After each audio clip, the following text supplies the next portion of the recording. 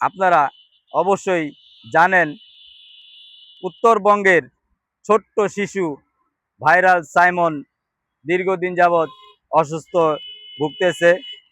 আমাদের মাঝের সে কিন্তু অনেক ভালো একটা কন্টেন্ট ক্রিয়েটর।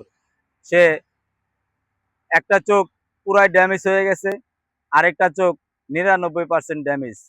তার চিকিৎসার জন্য প্রায় 15 লক্ষ টাকা খরচ হবে।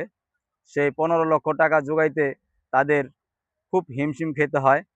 সেই জন্য তার পাশে বড় বড় কন্টেন্ট ক্রিয়েটর হাত বাড়িয়েছে।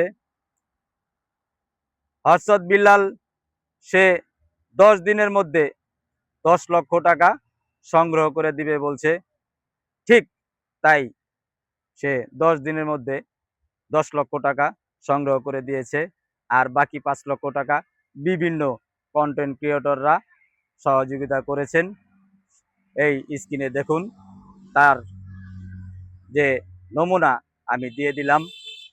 তাই এই ছোট্ট ভাইরাল শিশুর সাইমনকে আমরা সকলে যাতে তাড়াতাড়ি সুস্থ হয়ে যায়, আল্লাহ পাকের কাছে দোয়া চাই সে যেন অতি দ্রুত সুস্থতা লাভ করে আবার আমাদের মাঝে সে ফিরে আসে কন্টেন্ট ক্রিয়েটর হিসাবে, ভাইরাল সাইমন হিসাবে, আবার যাতে আমাদেরকে বিনোদন দিতে পারে।